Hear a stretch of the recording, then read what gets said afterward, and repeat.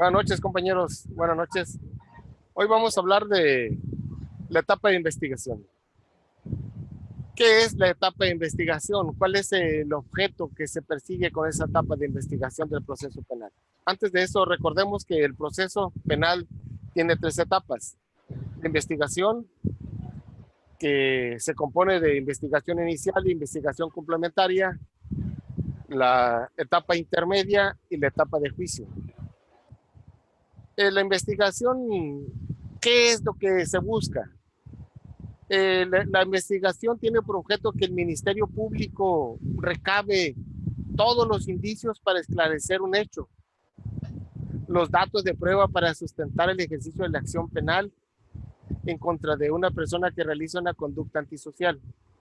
Entonces, la investigación, como todos sabemos, se inicia con la denuncia o con la querella. Y la investigación inicial termina en el momento en que el Ministerio Público presenta la citación al juez de control para que éste comparezca a la audiencia inicial. La audiencia inicial, ¿qué es lo que ocurre ahí? En esa audiencia inicial lo que ocurre es que primeramente ya entramos prácticamente a la parte oral del proceso. Ahí, ¿qué es lo que se le hace saber al imputado? Para empezar, y antes que nada, pues nos identificamos quienes estemos ante el juez. Se llama inmediación, quiénes estamos y debemos estar ahí. Pues la defensa, el imputado, el asesor jurídico, la víctima y el Ministerio Público que presenta la acusación. Una vez que ya estamos acreditados los que debemos estar, el juez le pregunta al imputado si conoce sus derechos y le hace saber cuáles son los derechos que le competen. Ese es el primer paso dentro de la audiencia inicial. El segundo, si analiza si la detención o la retención fue debida o no fue debida. Se hace un control de legalidad de la detención. ¿Qué es lo que se busca ahí? Que los policías cumplan con su función. Posteriormente, ¿qué es lo que hace una vez que el juez de control ha verificado que se cumplieron con los requisitos legales, que se le detuvo en tiempo y forma, que no lo fue indebida o en exceso de la retención o la detención? El Ministerio Público le solicita al MP el permiso para formular la imputación. ¿Qué debe contener la imputación? ¿Quién lo denuncia? ¿De qué se le denuncia? Circunstancias de tiempo, modo y ocasión. O sea, esos son los requisitos generales que debe de tener la imputación. ¿Quién? O sea, ¿quién le denuncia? ¿Qué hechos se le denuncia? Y cuándo, quién, cómo, todas las circunstancias de tiempo, modo y ocasión del hecho. Eso es lo que tenemos que checar. Cuando vayamos a una audiencia, es lo que la defensa debe checar. ¿El MP cumplió con estos requisitos, sí o no? Una vez que el MP le hace saber la imputación al acusado, acusado es una vez que presenta la acusación en etapa intermedia, al imputado a quien se le señala el hecho que la ley señala como delito, el juez le concede la voz al imputado, si quiere decir o qué es lo que no quiere decir. Y en ese momento, una vez que ya se le hizo saber la conducta que se le imputa, se le dio la oportunidad de declarar. Ahora sí, ¿qué hace el juez? Resuelve sobre las solicitudes de vinculación a proceso. Va a determinar si realmente estaba acreditado el hecho que la ley señala como delito o no. Y lo vincula a proceso. Si lo vincula a proceso, ¿qué es lo que sigue? Todos los delitos, la mayoría, se llevan en libertad. La prisión preventiva es la excepción. Ciertos delitos son los que se los mandé por ahí por teléfono para que vayan ustedes sabiendo cuál es. 19. Solo ciertos delitos del artículo 19 de la Constitución les señala cuáles no. Una vez que se resolvió sobre las medidas sobre cuáles se va a llevar el proceso y las medidas donde cómo va a estar de la persona, va a ser en libertad dependiendo del delito, se va a definir el plazo de la investigación. Ese plazo de la investigación, ¿para qué es? ¿Cuánto tiempo se le da? Entonces son entre 2 y 6 meses dependiendo del delito. Si la penalidad del delito excede de 5 años, va a tener 6 meses para que termine la investigación complementaria. Investigación inicial desde la denuncia hasta la citación. En la audiencia inicial, esa investigación inicial termina e inicia la investigación complementaria, la segunda etapa. ¿Para qué es esa segunda etapa de la investigación complementaria? Es para que el Ministerio Público recabe todas las datos y medios de prueba que existen, no pruebas, datos y medios de prueba que pueda tener, que le puedan servir para afincar la acción penal. Y también, muy importante, en este nuevo sistema, la defensa también puede hacer actos de investigación, solicitarle al MP los actos de investigación que requiera para desacreditar la imputación que le hacen. O bien, uno buscarlos y presentarlos en su momento. Esa es la cuestión que se busca. Entonces,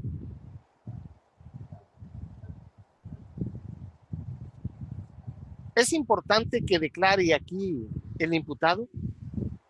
El artículo 20 y el Código Nacional nos señala el derecho que tiene a reservarse. Hay que saber hasta dónde y qué debe de hablar. ¿Por qué? Esa es la importancia de hacerle saber al juez si realmente participó o no participó. Entonces, ¿qué es la imputación y la vinculación? Ojo, la imputación es un acto formal ante el juez, ante su abogado defensor, la víctima y asesor jurídico, donde le comunica que lo está investigando como un presunto autor o partícipe del delito. ¿Y cuáles son las garantías que debe de tener el imputado? Ya tiene su abogado defensor que va a alegar lo que corresponde y que crea derecho.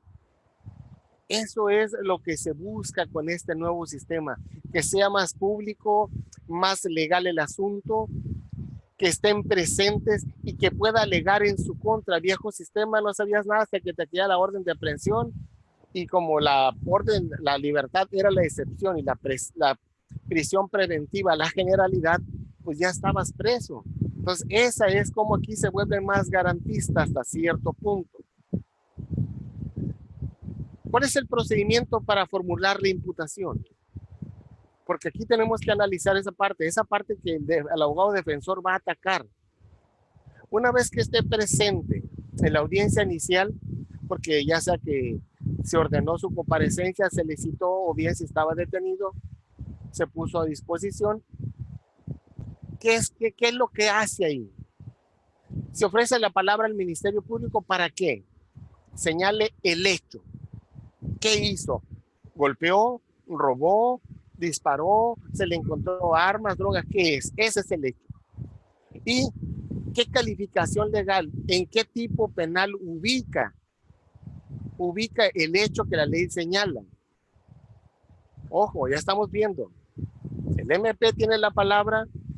¿En qué consistió el hecho? ¿En qué tipo penal lo encuadra?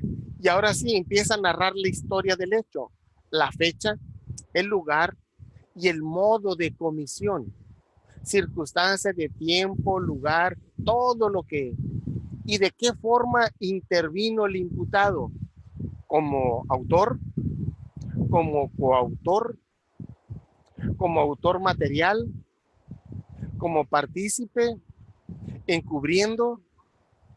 Esa es la cuestión. En esa imputación tiene que hacerlo saber el Ministerio Público, así como quién lo acusa, excepción si es delincuencia organizada, algo por ahí hay esa excepción nada más. Y el juez de control, a petición del imputado, solicita que le aclaren. no entiendo esto, no se ubica en esto. Esa es la cuestión.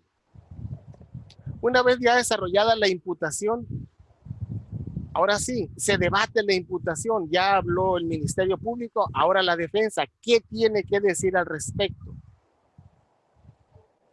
Entonces, eso es lo que tenemos que ustedes ir analizando. Les mandé ahí varios libros que con calma, solo esto, no se metan en más berenjenales ahí que al rato se confunden más. Vamos viendo audiencia inicial, nada más. ¿Qué debe contener? Ya dijimos que debe contener la imputación, el auto de vinculación que hace el juez. ¿Qué debe contener? Lógicamente, los datos personales de a quién se sujeta al proceso. Todos los datos personales, los fundamentos y motivos legales por los cuales estima que se cumplen con todos los requisitos para la imputación y que probablemente se acredita mínimamente la participación del sujeto activo en el delito.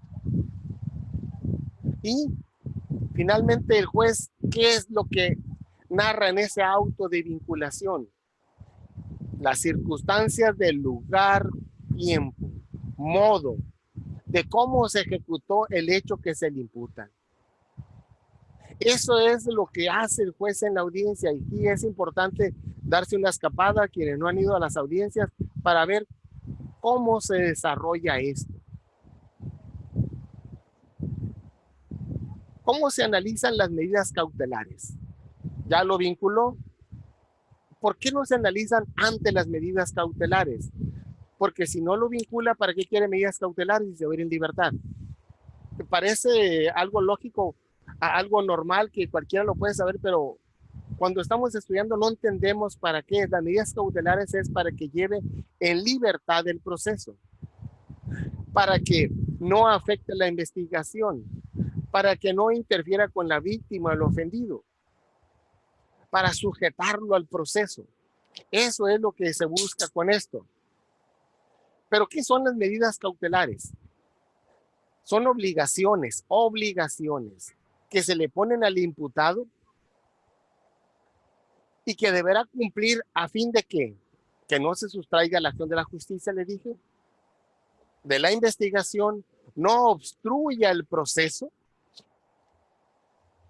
y que no afecte o ponga en riesgo la víctima. Para eso son las medidas cautelares. Como se va a llevar en libertad, ¿qué es lo que tienes que cumplir? ¿Cuáles son las medidas cautelares? ¿Quién las solicita? El Ministerio Público, o la víctima, ofendido. Pero aquí lo importante que tenemos que ver y entender, el MP todavía no entiende cuál es la razón de las medidas cautelares y siempre pide en exceso. Yo creo que aquí el Ministerio Público tiene que aprender a ser objetivo. ¿Qué le van a dar y qué es lo que no le van a dar? Entonces, ¿cuáles son esas medidas cautelares que tenemos que conocer ahora en el nuevo sistema? ¿Cuáles son? Presentación periódica ante el juez, cuando decimos va a firmar. Esa es una. Una exhibición de una garantía económica. Bien, el embargo de bienes. Si tiene cuentas bancarias, inmovilización de cuentas. Todas las cuentas bancarias que tengan. O bien, la prohibición de salir del municipio, del estado y del país. Si el Ministerio Público sabe que el amigo es comerciante y que se mueve en diferentes estados de la República, ¿por qué pide que no salga del municipio cuando su actividad comercial es comerciante? Entonces ahí como que a veces no entiendo cuál es la lógica del Ministerio Público solicitar algo que le va a decir el juez y que lógicamente la defensa debe de acreditarle a qué se dedica. El sometimiento o vigilancia de una persona o institución, o el internamiento en una institución determinada. Es que cada hecho, cada caso, vamos a determinar qué es lo que nos vamos a sujetar. La prohibición de concurrir o acercarse a cierto lugar donde esté la víctima. la prohibición de convivir o acercarse hacia la persona, ofendidos o testigos, siempre que no se afecte el derecho de defensa. O sea, esa es la otra. Separación inmediata del domicilio. Y de las nuevas que hay, suspensión temporal del ejercicio del cargo cuando se le atribuye un delito cometido por servidores públicos. Y aquí hay que analizar hasta dónde es esa medida. La suspensión temporal para desempeñar una determinada actividad profesional o laboral. Colocación de localizadores electrónicos. No hay en Sinaloa y podemos decir así, sin error de equivocarme, en el 90% de los estados de la República no existen los localizadores, son muy caros. El resguardo en su propio domicilio, con las modalidades que el juez le asigne. Y finalmente la prisión preventiva. Esta prisión preventiva no puede ser usada como medio para obtener un reconocimiento de culpabilidad o una sanción. Simplemente derivado de la gravedad del delito, no puedes andar en libertad. Yo siempre cuestioné, por ejemplo, la aportación de armas de fuego. No soy agricultor, no soy ganadero, no soy empresario y me agarran con un cuerno y me dejan ir en libertad. ¿Por qué traigo un arma de esa? No soy una persona que amerito o necesito tener ese tipo de armas. Lo bueno es que reflexionaron y lograron modificar esa parte. ¿Por qué? Por experiencias y conocidos por ahí, los agarraron con cuerno de chivo y al poco tiempo por allá en Michoacán los mataron en un enfrentamiento entre sicarios. Era lógico entender que no tenía por qué tenerles armas. Entonces, una vez acordadas las medidas cautelares, el juez, el MP pide, le pasa la voz a la defensa expone sus medidas cautelares y o ataca las medidas cautelares presentadas por la fiscalía. El juez se empieza a analizar cuál es pertinente y cuál es procedente y cuál es la mínima intervención de estas medidas. La idea es que no se extraiga de la acción de la justicia, no afecte la investigación, no afecte la víctima. Eso es el objeto de esas medidas cautelares, nada más. ¿Cuál le puede poner varias, no nada más una? Entonces, esa es la parte que quiero que ustedes entiendan de medidas cautelares. Lo agarramos y salió preso, dicen. Bueno, es que son las nuevas reglas del sistema. Así es ahora. No todo el que se detenga va a quedar preso. A las mujeres le pegó el marido, métalo a la cárcel, como si tuvieran cárcel propia. Aquí esa es la otra cuestión que ustedes tienen que ir entendiendo aquí. Pero eso lo veremos más adelante, esas salidas alternas, cómo funcionan. Entonces, una vez que ya se dictaron las medidas cautelares, se debatieron. ¿Por qué es un juicio contradictorio oral? Porque lo que dice la fiscalía no es la verdad absoluta. Tiene que darle la parte a la defensa para que también se exponga o contraataque las propuestas o la acusación, la imputación que haga el Ministerio Público. Entonces, una vez que ya se dictaron las medidas cautelares, ¿qué es lo que sigue? Como dijimos al principio, sigue la investigación complementaria. ¿Cuánto tiempo le vamos a dar al Ministerio Público para que continúe investigando? Entonces, como se los dije, no podrá ser mayor de 2 meses si la investigación no excede de 2 años. Perdón, me equivoqué hace rato. Si excede de 2 años, van a ser 6 meses. Eso es lo que tenemos, 2 y 6 meses. ¿Cuál es el término de la pena máxima de prisión? Que no exceda de 2 años. Si se excede, ahí está. Una vez que transcurre este plazo de la investigación complementaria, se da por cerrada la investigación complementaria. Salvo que, ¿qué? El Ministerio Público solicite una prórroga, la defensa solicite una prórroga, pero aquí es una pregunta que les quiero yo hacer y responder. No se solicitó prórroga, no se solicitaron actos de investigación previos que el Ministerio Público no haya hecho, y está a 2 días para que termine el tiempo que tiene la Fiscalía para presentar la acusación. ¿Podemos solicitar actos de investigación? Sí.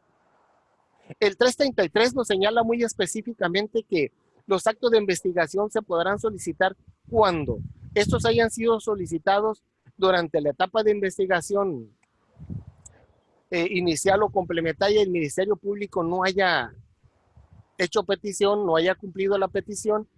Podemos acudir al juez de control para que la haga. Pero si no acudimos, hay un principio que se llama de interpretación conforme y que desgraciadamente los términos de aquí son muy cortos. Hay otro principio que se llama pro persona. Todos son derivados del artículo 1 de la Constitución y la Convención Americana. ¿En qué consiste esto? ¿Podemos solicitarlo al juez? Sí, ya lo solicité y me dijo, no vamos a inaplicar el 321. ¿Qué es lo que vamos a hacer? Vamos a utilizar el artículo 333 bajo una interpretación bajo el principio pro persona, lo que más le beneficie. Y reaperturó otra vez como mes y medio a la investigación, estando a 3 días de terminarse el término para que el MP presentara la acusación. Esos son los tips que tenemos que ir aprendiendo. Y no cerrarnos en sentido, es que dice, si no solicitaste un acto de investigación previa, si no solicitaste prórroga, no puedes, porque el código te lo señala. Sí, cierto, no puede estar un artículo del Código Nacional de Procedimientos sobre la Constitución. Allí es donde está, como decía Alfonso Pérez Daza, la carnita para poder ganarle el asunto o poder presentar pruebas. Entonces, transcurrido este plazo, se da por cerrada la investigación. Ojo, ahí está ese tip. ¿Se puede abrir? Sí, se puede abrir. Ahí está el 333 que nos lo señala.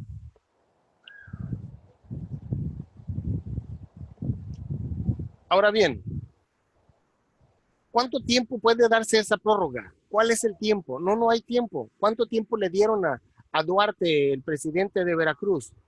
Como 4 meses, 5 o 6 meses después de los 6 meses que le dieron, recabando información. ¿Por qué? Porque hay actos de investigación que no son de la noche a la mañana y de lo que él se pedía era acudir ¿a quién? A la Comisión Nacional Bancaria de Valores a solicitar información de todas las cuentas, depósitos que tenía el señor.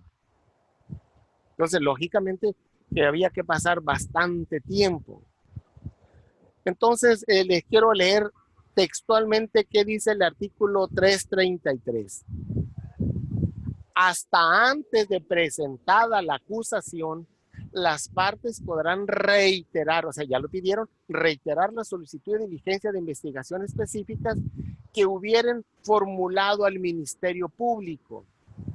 Después de dictado el auto de vinculación a proceso y que éste hubiera rechazado, o sea, después del auto de vinculación a proceso le solicitan al MP y continúa, si el juez de control aceptara la solicitud de las partes, ordenará al Ministerio Público reabrir la investigación y proceder al cumplimiento de las actuaciones en el plazo que el juez le fije. En dicha audiencia, el Ministerio Público podrá solicitar la ampliación del plazo por una sola vez. Así dice el Código Nacional. Pero el derecho de defensa es un derecho fundamental que no puede estar sujeto a un requisito de procedimentalidad, o sea, al Código Nacional. El juez, bajo el principio pro persona, lo puede reabrir por el tiempo que quiere y las veces que quieran, para no acotarle la defensa al imputado.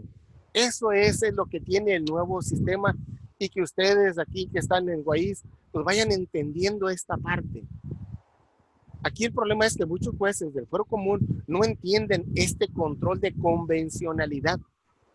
No es algo que esté en México, viene desde la Convención Americana, viene por observaciones de la Corte Interamericana, donde a la persona se le debe dar lo que más le beneficie. Ese principio de interpretación, quiero que por ahí se metan a internet y bajen la jurisprudencia o yo se las mando ahí por teléfono, que todos quieren que les mande por plataforma, pero es más fácil que se lo mande por teléfono que a la plataforma porque el teléfono lo traigo por todos lados y la computadora no. ¿En qué consiste este principio de interpretación conforme? Que si hay dos leyes que le benefician, vamos a aplicarle la que más le beneficia. Si hay dos leyes que le perjudiquen, vamos a aplicarle la que menos le perjudique. Y si hay una ley que podamos sin aplicarla en beneficio del imputado, lo tenemos que hacer. En este caso, el artículo 321 nos señala cuándo se cierra la investigación. Entonces, pero la Constitución nos señala muy claro hasta cuándo podemos. Artículo primero, principio por persona, todo lo que le beneficia. Entonces, esa es la cuestión. Podemos inaplicar, no es inconstitucional, inaplicarlo para efecto de garantizar los derechos del imputado. Eso es lo que quiero que ustedes vayan entendiendo de este nuevo sistema. Oiga, pero eso no está en la ley, no dice. Nada debe estar arriba de la Constitución si la Constitución nos lo permite. Podemos aplicarlo, sí. Ahora bien, dice, no procederá a la solicitud de llevar a cabo actos de investigación que en su oportunidad se hubieran ordenado a petición de las partes y no se hubieran cumplido por negligencia o hecho imputable a ellas. Ok, tu defensa, te doy el permiso, el tiempo, no terminaste. Si fue por tu culpa, por negligencia, porque fuiste apático en hacerlo, ahí sí no procede más término. Esto es cómo se busca esto. Ni para hacer actos dilatorios, actos para ganar tiempo, no, es clara la ley en ese aspecto nada más. Y dice, vencido el plazo de la investigación o la ampliación, la investigación sujeta a reapertura, ahora sí se considerará cerrada. O bien, aún antes de ello, si se hubieran cumplido las actuaciones, es decir, me dio un mes más, pero si en ese mes más, yo en 15 días considero o ya tengo lo que quería, los actos de investigación, debo de informarle al juez que quiero cerrar la investigación. El juez le informa al imputado y si no hay oposición, a tal fecha se cierra y empieza a correr el término para la presentación de la acusación. Entonces, eso es lo que se busca aquí. Ese plazo de la 10 días, ¿para qué es? Una vez que se cierra la investigación, ¿para qué es? Como ya les dije, es formular la acusación en el Ministerio Público, o bien la falta de elementos, la suspensión del proceso. ¿Cómo faltan elementos? No podemos acreditar quién fue el sujeto, no podemos tener más elementos para seguir investigando, o bien acreditamos que el hecho no lo realizó el sujeto o que el hecho que se señala no es delictivo. ¿Qué vamos a hacerle? Pues se va a sobreseer la investigación y eso es lo que va a presentar el Ministerio Público. Ahora bien, una vez que se presenta el cierre de la etapa de investigación complementaria, ¿qué sigue? Es aquí donde inicia la etapa intermedia. Ya hablamos en qué consiste toda la etapa de investigación. En la etapa de investigación se da la audiencia inicial y nos aplicaron unas medidas cautelares. Esas medidas cautelares, si nosotros las consideramos después que han variado los hechos, el imputado no cumplió con los requisitos, el MP va a acudir al juez a solicitarle una audiencia para modificar las medidas cautelares. ¿Cómo modificarlas? Le va a poner otras medidas más agravantes. Si supongamos, la medida era que no se aproximara a la víctima ofendido, pero no solo se aproximó, sino que hasta la golpeó. ¿Cuál va a ser la siguiente medida cautelar que le van a aplicar? Por lógica, la prisión preventiva. Si era para no afectar a la víctima, y no solo la afectó, sino que la golpeó, comete violencia en contra de ella, Pues, ¿qué va a pasar? La siguiente medida cautelar, esas son las dos audiencias que pueden pasar, o bien para disminuir las medidas cautelares, o bien para aumentar la gravedad de las medidas cautelares. Entonces, audiencia inicial tiene esas audiencias. Pero ¿cómo se llama la audiencia esa donde en la audiencia inicial va un abogado defensor y después va ese abogado ya no quiere llevar el asunto, el caso? Se llama una audiencia de designación posterior de abogado. Una audiencia de designación posterior. Serían las tres audiencias que pudieran darse ahí: la designación de abogado, la de revocación o modificación de las medidas cautelares y la audiencia inicial. Hasta ahí.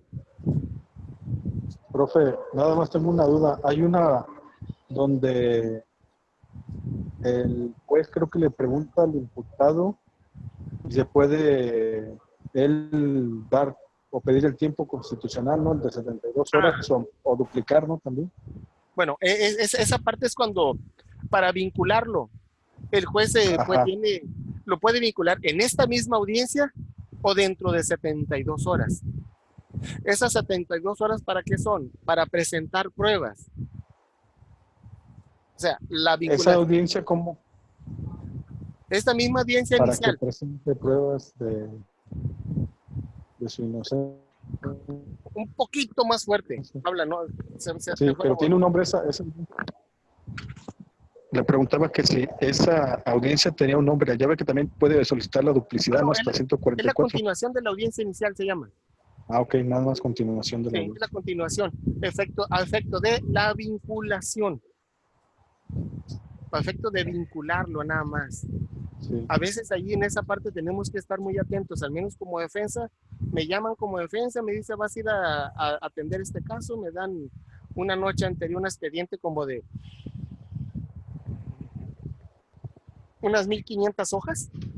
Una noche anterior, al siguiente día tenía la audiencia y llego yo pues a enterarme del asunto. Al cabo tengo 3 días para leer esas hojas y lo más relevante y sorpresa era la continuación de la audiencia inicial. ¿Qué puedo alegar? ¿Qué voy a decir ahí? Lo único que dije, pues, que se aplicara la presunción de inocencia. No tengo más que decir, desconozco la carpeta. Para eso es ese auto de vinculación, para presentar pruebas. Ahí mismo en esa audiencia inicial, solo 2 veces he visto que la defensa lleva ahí las pruebas. Tengo estas pruebas, así, para tratar de desvincular. Una de violencia familiar, que la señora dijo que la habían golpeado el marido, y el marido, por sorpresa, andaba por otro lado. Ya ven que las esposas se ponen medias locas a veces. Entonces el amigo andaba por otro lado y le imputa violencia. Hey, pero aquí tengo fotos, videos, ¿cómo que yo anduve contigo que te golpeé? Sí, discutieron por teléfono, pero la señora fue y lo demandó. Y por allí hay otro caso de un compañero tránsito, no voy a decir nombre, pero porque ahí el compañero ya paró antenas ahí para saber de quién es. Es el mismo caso. Por teléfono ejerce la violencia y la esposa tiene el teléfono en altavoz. Lo escucha la suegra, escucha el niño, y la señora, pues ya sabe usted cómo son las esposas, altamente sensibles. Va al siguiente día, pone la denuncia, le dio una mentada de madre, y al hacer el examen psicológico, la señora salió muy dañada. Háganme el favor. ¿O estaba de acuerdo el psicólogo también, o qué pasó ahí? Hace el acto de investigación, de entrevista a la policía ministerial, y el niño al hijo le dice que sí, la suegra dice que sí, pues ahí ya está amarrado todo ya.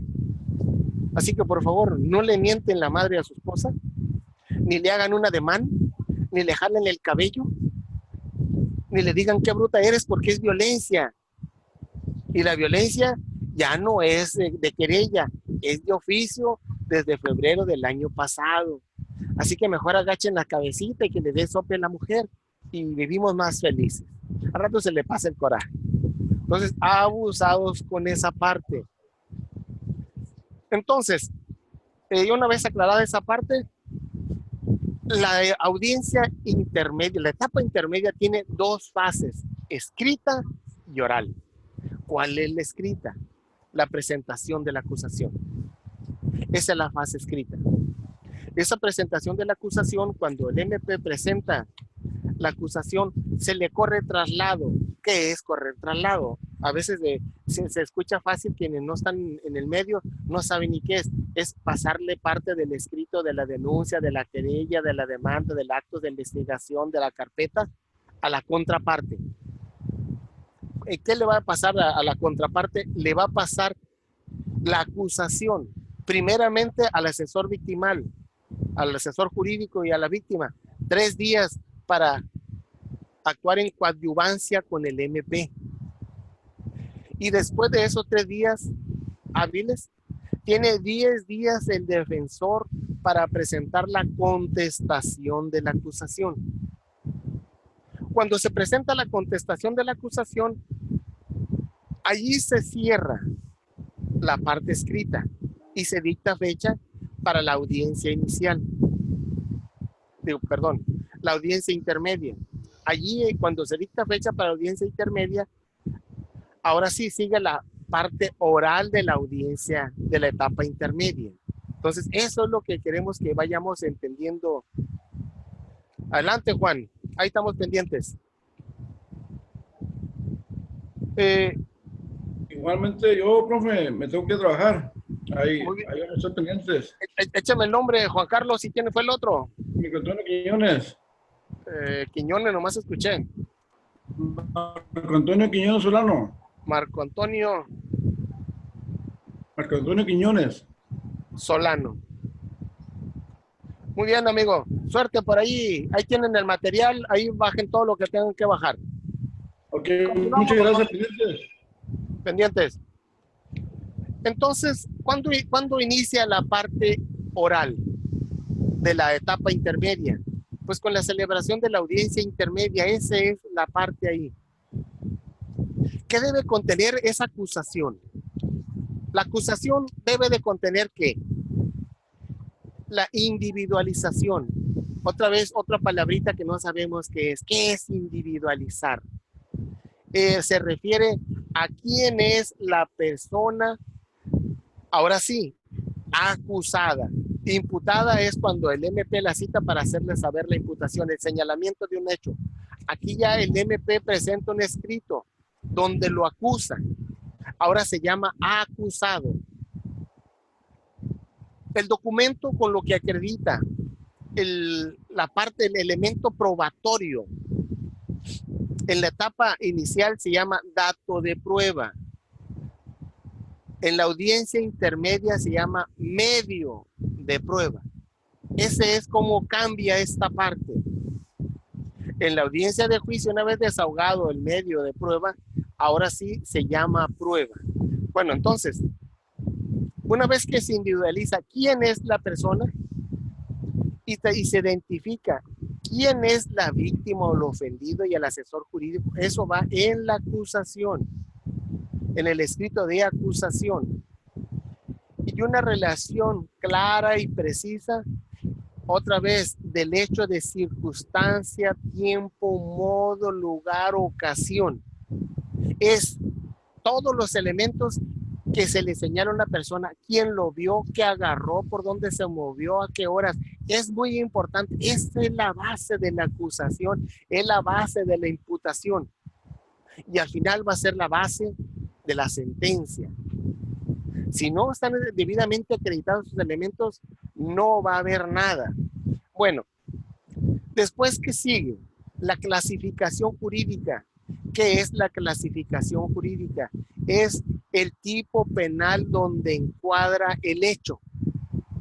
El juicio de tipicidad que le llamamos cuando en teoría del delito. Este es el hecho, este es el tipo penal. ¿A quién encuadra? Este es el tipo penal. La clasificación jurídica. Homicidio. Ni conocía a la mujer, no tiene ninguna relación, simplemente la asaltó y le dio un balazo. Ese es homicidio. Ah, pero estaban discutiendo, era su esposa, el amigo era violento y ya tenía antecedente que la golpeaba. ¿Es homicidio o es feminicidio? Esa es la diferencia. Razones de género ahí. Ya existe anteriormente, el amigo es bien machista, celoso, celotipia en exceso, la tiene subordinada, no puede hablar, o sea, la diferencia entre homicidio y feminicidio es esa razón de ese antecedente machista, misógino, discriminativo de la mujer. Bueno, ahora sí, las modalidades del delito. ¿Cómo fue el delito? ¿De qué modo fue? ¿Lo llevé yo solo el delito? Autor directo. ¿Lo llevamos entre varios? O bien, como partícipe, como autor. Y si ese delito es instantáneo,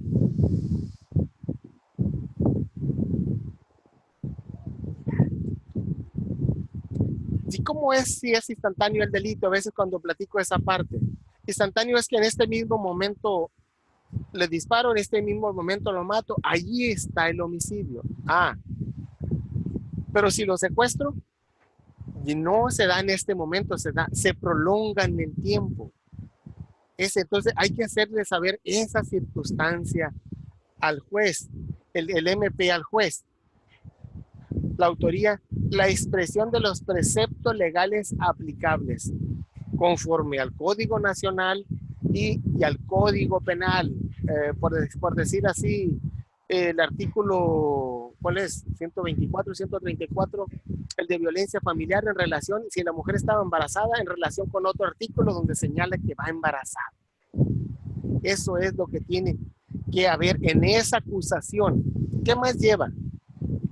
Todo el señalamiento de los medios de prueba con los que pretende ofrecer y acreditar el hecho que encuadra en el tipo penal. Ya estamos hablando de la teoría del caso, una teoría fáctica, el hecho, una teoría jurídica donde encuadra el hecho y una teoría probatoria. ¿Para qué sirve esta teoría del caso?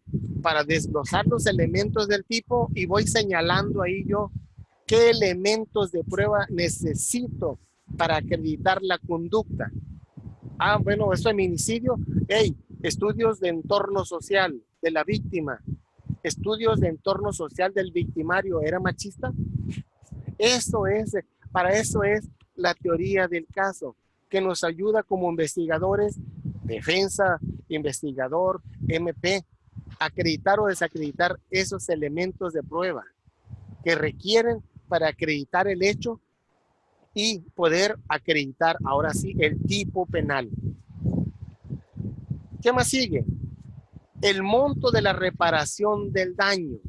Nuevo sistema exige la reparación del daño. Si el MP no la hace, la va a hacer el asesor victimal. Si el asesor victimal no lo cita, ¿quién? De oficio, el juez. Lo que se busca es que la víctima sienta que ahí estamos.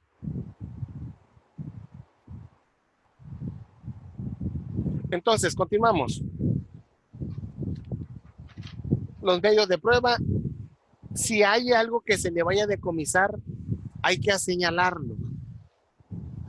La propuesta de acuerdos probatorios.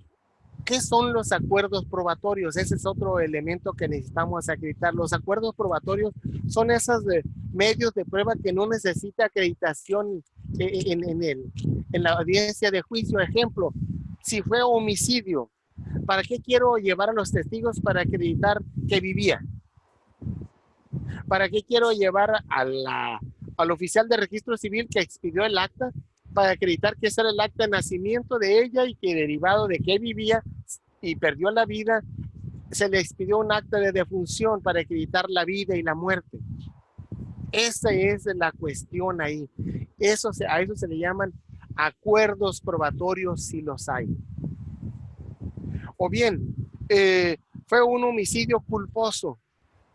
Ya está bien acreditado el homicidio culposo.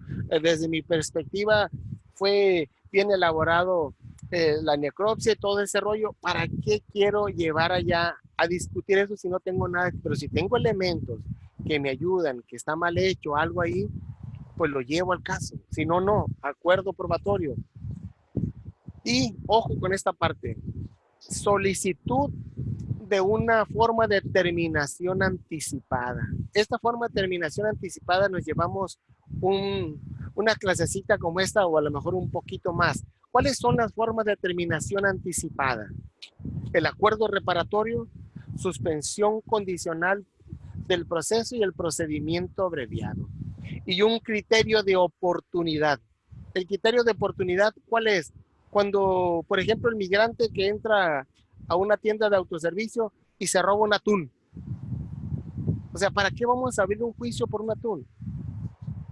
Si la persona le otorga el perdón o si el MP lo considera necesario, pues también le puede otorgar el perdón. ¿Para qué vamos a iniciar un juicio cuando la alimentación es un derecho humano? Si nos vamos por ahí, también lo vamos a excluir de la responsabilidad. Robó por hambre. Robo famélico se llama ese. Entonces, ¿cuál otra salida? ¿En qué consisten? Es que aquí hablar de las salidas alternas es hablar cuáles son, en qué consiste, cuándo se presentan, hasta cuándo son precedentes, cuándo podemos volver a solicitar otra salida. Tengo un caso ahí donde el amigo, violencia familiar, por cierto, le dictaron 6 meses que fuera al psicólogo porque era medio violento. Yo le dije, es amigo, conocido mío, te tienes que esperar 2 años desde su cumplimiento, desde ha terminado los 6 meses, para poder volver a utilizar la salida de la suspensión condicional del procedimiento para que no te quede antecedente. Le faltaban 6 meses para cumplir y vuelve a reincidir. ¿Qué va a pasar? ¿Le van a dictar sentencia? No. Lo que sigue se va a ir a un procedimiento abreviado. Ahí le van a dictar sentencia. Procedimiento abreviado deja antecedentes, la otra no. Pero ¿qué podemos hacer ahí? Esa es la otra parte que quiero que ustedes vayan conociendo. El principio pro persona, la interpretación conforme. Quien aplique ese artículo en aras de un beneficio mayor. ¿Cuál es? Que se le otorgue la suspensión condicional del procedimiento bajo ciertas condiciones que él tiene que hacer un poquito más largas para quitarle lo violento que es. Pero solo de esa manera, y eso hay que argumentarle al juez. Por eso es importante, aquí no hay esa parte de argumentación, interpretación y argumentación jurídica. ¿Cómo le podemos decir al juez esto? ¿Cómo le puedo yo acreditarle al juez en qué consiste la interpretación conforme, un derecho humano protegido nacional y convencionalmente, un derecho que está establecido en la Constitución y que el Código Nacional no puede estar arriba de la Constitución, entonces es procedente? Eso es lo que quiero que ustedes vayan entendiendo, esa parte. ¿Cuáles son esas tres? Pues en su momento esperemos que nos alcance el tiempo y platicarlo bien esa parte. Ahora bien, la acusación, la imputación, la vinculación va a ser el tipo penal por el que se va a seguir la conducta. Pero puede cambiarse el tipo penal siempre y cuando no varíen los hechos. Eso es lo que se va a seguir. Pero si una vez que ya llegamos a la audiencia intermedia y seguimos aferrados, por así decir, con feminicidio y no existe elementos de feminicidio y juzgamos por el feminicidio, si la conducta es atípica ya no lo puede volver a consignar. ¿Por qué? Porque salió absuelto de ese delito. Esa es la cuestión. La acusación solo se podrá formular por los hechos y personas señaladas en el auto de vinculación. Así como lo vinculaste, así lo vas a acusar. Eso mismo, no lo puedes variar. ¿Puedes variarlo? Sí. Hasta antes de llegar a la audiencia de juicio, derivado cambiaron. Me tocó un caso. Aquí en Los Mochis, asaltan TAP, el amigo con la pistola, de casualidad llega la policía con las torretas a pasar vista a Farmacón enfrente ahí de la Belisario y Rosendo G. Castro. El asaltante se asusta, sale huyendo, la policía lo ve, sale el cajero, lo persiguen y lo detienen con el arma. ¿Qué delitos hay? Robo a mano armada. La cajera después ya no fue a trabajar, nunca la encontraron. ¿Podemos imputarle robo a mano armada? Ya no, porque no tenemos quién sufrió la afectación directa. Sí, ahí está el video y la persona que va a ir no la encontraron nunca. Entonces, ¿qué tuvieron que? Reclasificar el delito solo aportación de arma. Eso es, quiero que entiendan cómo es esta cuestión a veces. Cómo se lo reclasificaron y el amigo todavía alcanzaba en libertad. El arma no era de uso exclusivo del ejército. Se fue en libertad todavía el malandro. Esa es lo que le decía hace rato. ¿Qué tenemos que hacerle ahí? Ahora bien, ya dijimos de qué debe de llevar la acusación. ¿Qué debe de hacer la defensa cuando le corren traslado de la acusación? Bueno, tener a la mano la acusación, ¿qué hace en su escrito? En atención a la acusación que se le señala, él puede presentar vicios formales.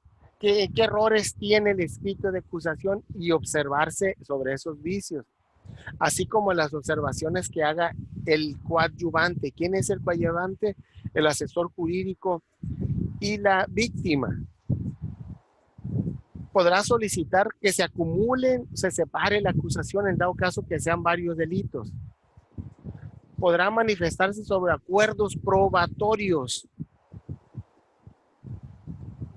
Nunca dice aquí que debe de presentar pruebas, pero las puede presentar en dado caso que las tenga que presentar, ahí las puede presentar. ¿Cómo debe de presentar esos medios de prueba? ¿Qué debe hacer? Debe señalar nombre, domicilio y sobre qué va a tratar su testimonio. Debe de señalarse esos elementos. ¿De qué va a hablar? Después de la muerte. Bueno, si quiere hablar antes de la muerte de la víctima, no puede porque ahí dice después de la muerte. Por eso hay que ser muy amplios a la hora de contestar esa acusación. Una vez, como les dije, una vez que ya presentamos la contestación de la acusación, termina la fase escrita. Audiencia intermedia, 2 fases, oral y escrita.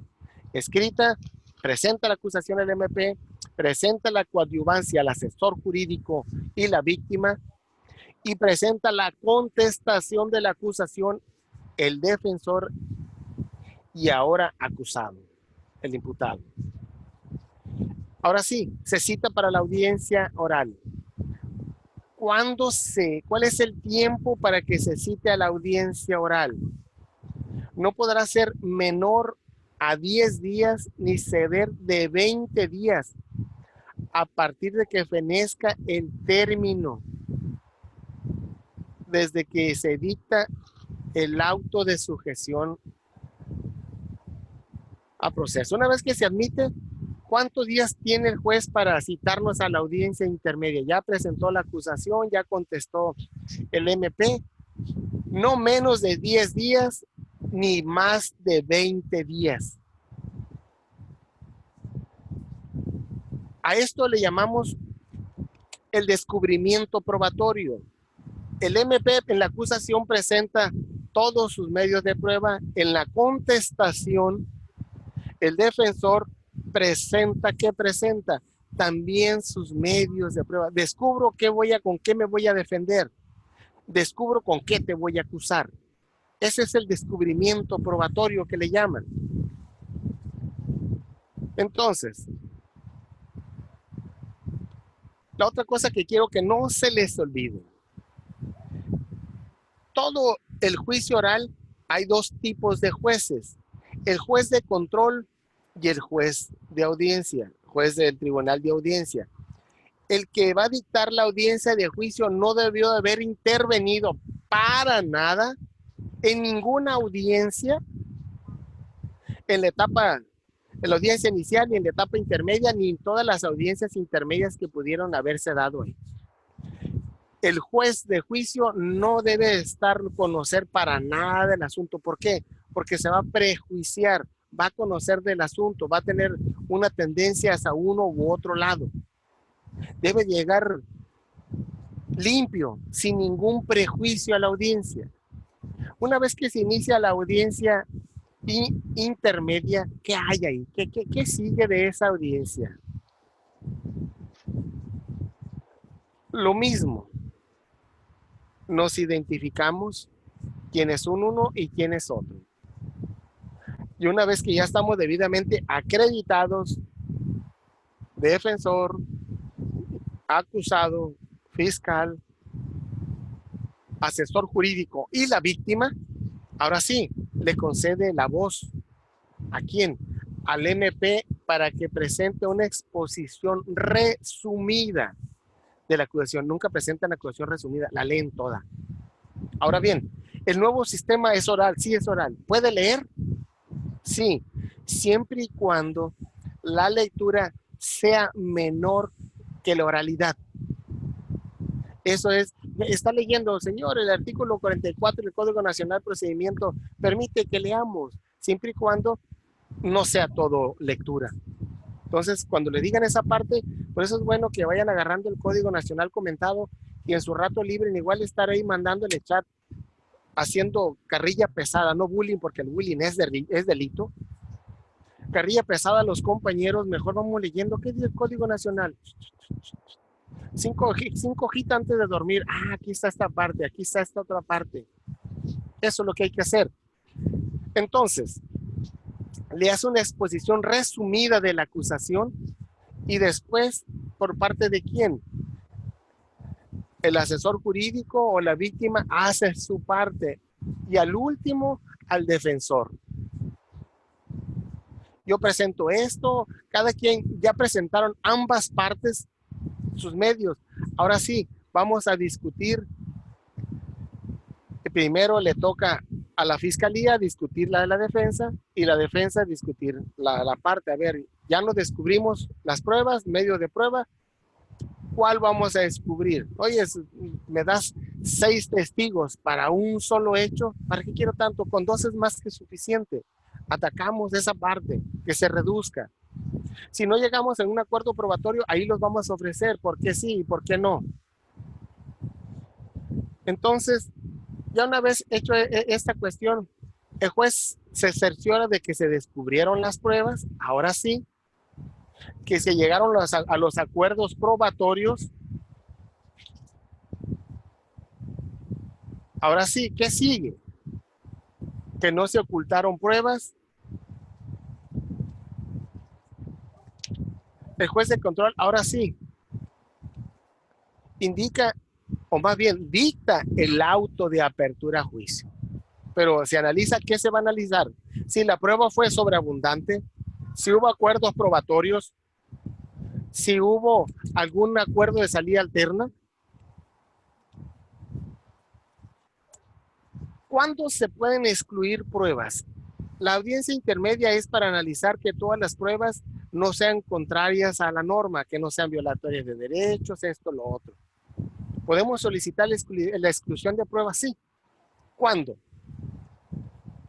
Una vez que se debatieron unos y otros, ahora sí vamos a hablar de esas pruebas. Cuando la prueba que se ofrezca sea para efectos dilatorios. Bueno, es que dar más tiempo, no nos interesa más tiempo, hay que acortarlo. O bien, como le dije hace rato, sea sobreabundante, excesiva. O bien, se refieren a diversos medios de prueba del mismo tipo penal, del mismo tipo, ¿para qué? A ver, los más relevantes hay que dejar ahí. O bien, la prueba que presenta es impertinente, no se refiere a los hechos controvertidos. O es innecesaria. Son 10 pruebas, ¿para qué es innecesarias tantas? Entonces, se analiza esa parte, en qué cuestión, en qué momento, por qué la prueba puede excluirse. O bien, se realizó por medio de violaciones a derechos fundamentales. ¿Cómo violaciones a derechos fundamentales? Resulta que le obtienen prueba de sangre y en la prueba de sangre le salió alcohol. Fue un hecho de tránsito. ¿Qué hay que hacer ahí? ¿Qué debió haber hecho el Ministerio Público? ¿Qué debió haber hecho el perito? ¿Por qué es científica la investigación? Porque tiene una serie de pasos que quien la verifique es comprobable a lo mismo. El perito debió llegarle por escrito, decirle, vengo a sacarte prueba de sangre, aquí está, quieres de manera voluntaria, sí, estámpame tu voluntad aquí. Por escrito, no quieres, te niegas, no quieres firmar, ¿qué tengo que hacer? Ahora sí, Son actos que requieren control, actos de investigación que requieren control judicial. MP no quiere el imputado aportar pruebas de sangre. El MP le requiere al juez, el juez le ordena y ahora sí le sacan sangre a fuerzas. Ese es el requisito. No, nunca se dio por escrito. ¿Qué sigue ahí? Es un acto violatorio contrario al debido proceso. La ley ahora sí nos marca muy claro cómo son los actos de investigación. Entonces, esa es lo que tenemos aquí atacar ahí, conocer cada uno de los actos de investigación, los que requieren control y los que no requieren control. Y conocer cómo se deben de realizar, porque ahí es donde está, cómo los vamos a atacar. O bien, ¿de qué otra forma se deben excluir esos medios de prueba? Contravienen las disposiciones legales en el código para su desahogo. Hay una declaración de la persona, pero nunca estuvo su abogado presente. ¡Sas! Declaración del imputado, del acusado sin su abogado, contraviene las disposiciones de una violación de derechos fundamentales y por lo tanto es nula de pleno derecho y le cae responsabilidad al Ministerio Público. Como ahora, ¿qué es lo que buscan? Crearle responsabilidad en los actos de investigación a los ministerios públicos y a los policías investigadores porque no saben investigar bien. Entonces, aquí tenemos que entender cuáles son los actos de investigación, por qué es relevante quienes son autoridades en los actos de investigación, porque puede haber abuso de autoridad y les puede caer una investigación. ¿Y qué necesidad? Esa es la cuestión, ¿hasta dónde? Si yo sé que desde que lo detengo, debo inmediatamente, dice el Código Nacional, informar de su detención, por la vía que sea. Y si yo no quiero problemas, desde mi teléfono, jefe, lo detuve a tales horas y aquí tengo la llamada. Aquí está donde yo le llamé. ¿Cuánto tiempo hice? ¿Dónde lo detuve? El tiempo mínimo indispensable, aquí está. El ejemplo ustedes ya lo vieron. El enfrentamiento entre sicarios y, más bien, los sicarios emboscan a los ministeriales y al ejército en Michoacán, matan al teniente coronel, algunos policías, el ejército y los policías matan a 9 de los sicarios. Pero, ¿qué ocurrió? El exceso en la puesta a disposición, allí hubo una violación de derecho. 2, hubo violencia, se le llama tortura cuando la autoridad golpea. 2, en otro estudio que le hicieron a otro de los muertos, no murió por los brazos que le dieron, murió por los golpes que recibió. Violaciones graves al debido proceso, que los 4 sicarios que le libraron, de los 13 que eran, se fueron libres y las policías, todos los que intervinieron en abuso, en exceso de fuerza, se les inicia una carpeta de investigación. Entonces, ese es el cuidado que tienen y deben tener en esa parte. Mucho cuidado con esa parte. Ahora bien, una vez que ya se analiza cuáles son las pruebas que se deben de desacreditar a una u otra parte, ¿qué sigue? El juez ahora sí dicta auto de apertura a juicio. El auto de apertura a juicio es el último momento que tiene el acusado para irse por una salida alterna. ¿Cuáles son? Acuerdo reparatorio, suspensión condicional del proceso y procedimiento abreviado. Procedimiento abreviado le reducen dependiendo del delito, si es grave o culposo, el tiempo que exceda. O sea, es un beneficio tremendo que tiene el imputado. Entonces, hasta ahí el juez a veces suspende la audiencia para volver a decirle al acusado, señor, hasta aquí usted puede optar por una salida alterna. ¿Quiere una salida alterna? No, dijo el salvaje. Y le dieron 10 años. Si hubiera tenido una salida alterna, ¿cuánto le hubieran dado? Hasta una mitad. Entonces, hasta una tercera parte. Ese es el beneficio si era doloso. Pero no, se fue por otro lado. Claro, ojo, toda salida alterna exige como requisito la reparación del daño. Si no hay reparación del daño, no hay salida alterna. Ok, ya te sentenciaron, no utilizaste las salidas alternas y quieres obtener un beneficio estando preso cumplir o irte antes, tienes que reparar el daño aún estando en la cárcel. Ese es el otro. Todo beneficio que tenga requisito es reparar el daño. Entonces, ahora sí, el juez hasta ahí puede atacar esa parte. Al dictar el auto de apertura a juicio, se le acabó la salida alterna. ¿Qué debe de llevar ese auto de apertura a juicio y que analizamos a conciencia? Porque podemos apelar que la exclusión de pruebas, podemos apelar la inclusión de pruebas que no nos quisieron quitar como defensa. Al dictar el auto de apertura, el juez en la audiencia intermedia, ¿qué hace? Otra vez, individualiza al sujeto.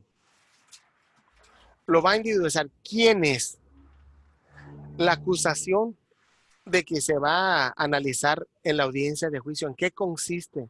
Si hubo esas correcciones formales o no. Va a señalarse ahí los acuerdos probatorios que llegaron la defensa y el asesor jurídico con el acusado y el defensor. Y los acuerdos probatorios, ahí ¿no? Que el acta de nacimiento para acreditar la vida, qué sé yo. ¿Qué pruebas se admitieron? Todas las pruebas que se admitieron para el desahogo. Si hubo prueba anticipada, ¿qué es la prueba anticipada? La prueba anticipada es aquella prueba que se realiza fuera de la etapa de juicio por algunas razones de las vistas en el Estado. ¿Cuáles son esas razones que nos da el Estado para conocerlas? Que la persona se vaya a vivir a otro país, que sea extranjera, que se vaya a morir, o cualquier otra cuestión, amenazas. Si llega a la audiencia de juicio y no se cumplen esas amenazas, está obligada a comparecer en juicio quien realizó esa prueba anticipada. Entonces, eso es lo que tenemos que analizar ahí y que el juez lo estampa. ¿Qué otro punto establece el juez ahí? Las medidas de resguardo de identidad. No quiero que mis datos sean públicos. ¿Quiénes son las personas que van a comparecer como testimonios en juicio? Todos los peritos van a rendir su testimonio. Quienes conocen del hecho van a rendir su testimonio. Quienes hayan expedido un documento van a comparecer a rendir su testimonio. Quienes hayan elaborado una entrevista, una declaración, comparecen en juicio. ¿Qué más debe de llevar ese auto de sujeción al proceso? ¿Qué medidas cautelares continúan aplicándose o se aplicaron nuevas medidas cautelares? Una vez hecho estos datos, son 9 datos que lleva el auto de sujeción a proceso. El juez le hace llegar el juez de control le hace llegar al tribunal de enjuiciamiento. El expediente tiene 5 días. ¿Por qué 5 días? Porque tenemos 3 días para apelar ese acto. Si en esos 3 días no lo apelamos, quiere decir que ya no lo vamos a apelar, entonces preparan el expediente para remitirlo al juez.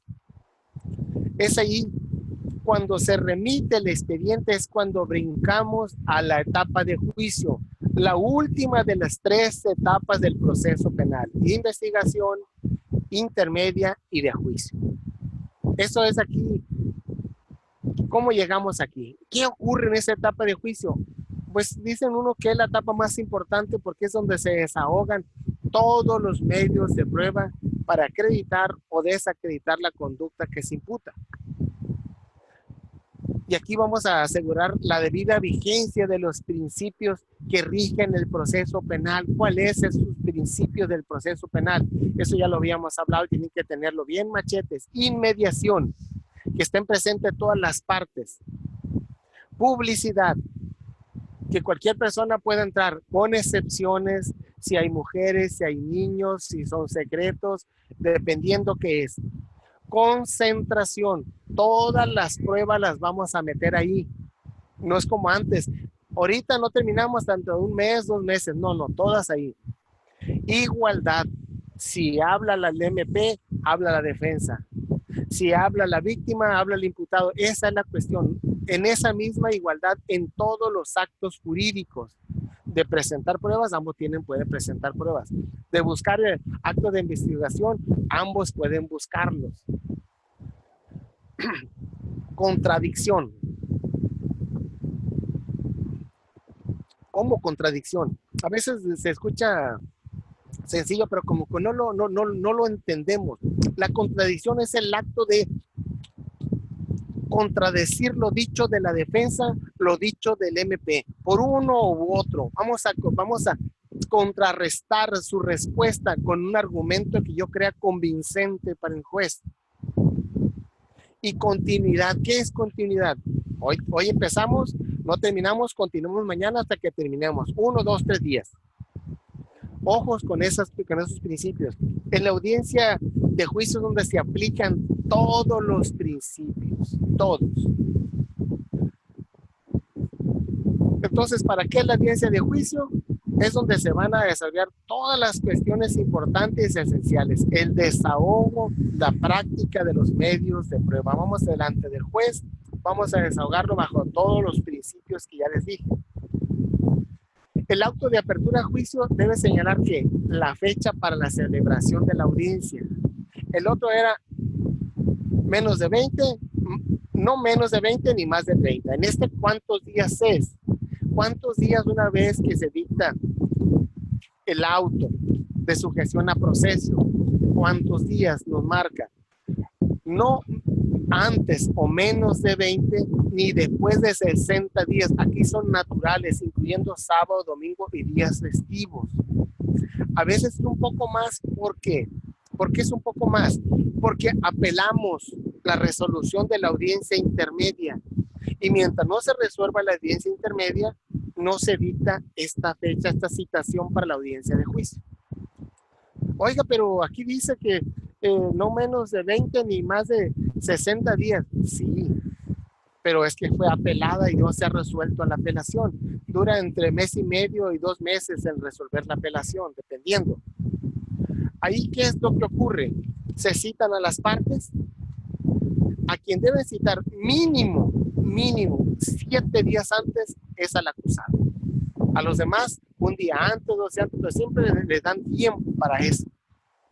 Y la audiencia de juicio se puede suspender por una sola ocasión hasta por 10 días naturales. Es decir, el juez se enfermó y mientras no ocurran 10 días, él mismo puede desarrollar la audiencia. Pero si son 11 días, se tiene que cambiar de juez. Un nuevo juez va a conocer del juicio.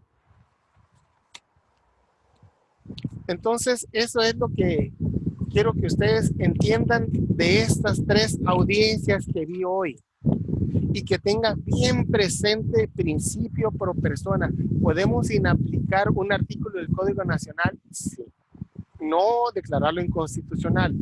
Porque una parte del 17 dice que todas las autoridades van a privilegiar las salidas alternas sobre los requisitos procedimentales. O sea, el derecho que tiene para que no sea juzgado, para que salga más rápido, para que termine el proceso, está sobre cualquier requisito del Código Nacional. Entonces, esa es la parte que quiero que ustedes, cuando lean ahí el Código Nacional, vayan razonando. Por eso se los mandé el comentado. Creo que el comentado se los mandé por allá. Si no, si se lo mandé por teléfono, ustedes súbanlo a internet a ver qué dice aquí. Irlo razonando. Entonces, esa es la clase del día de hoy.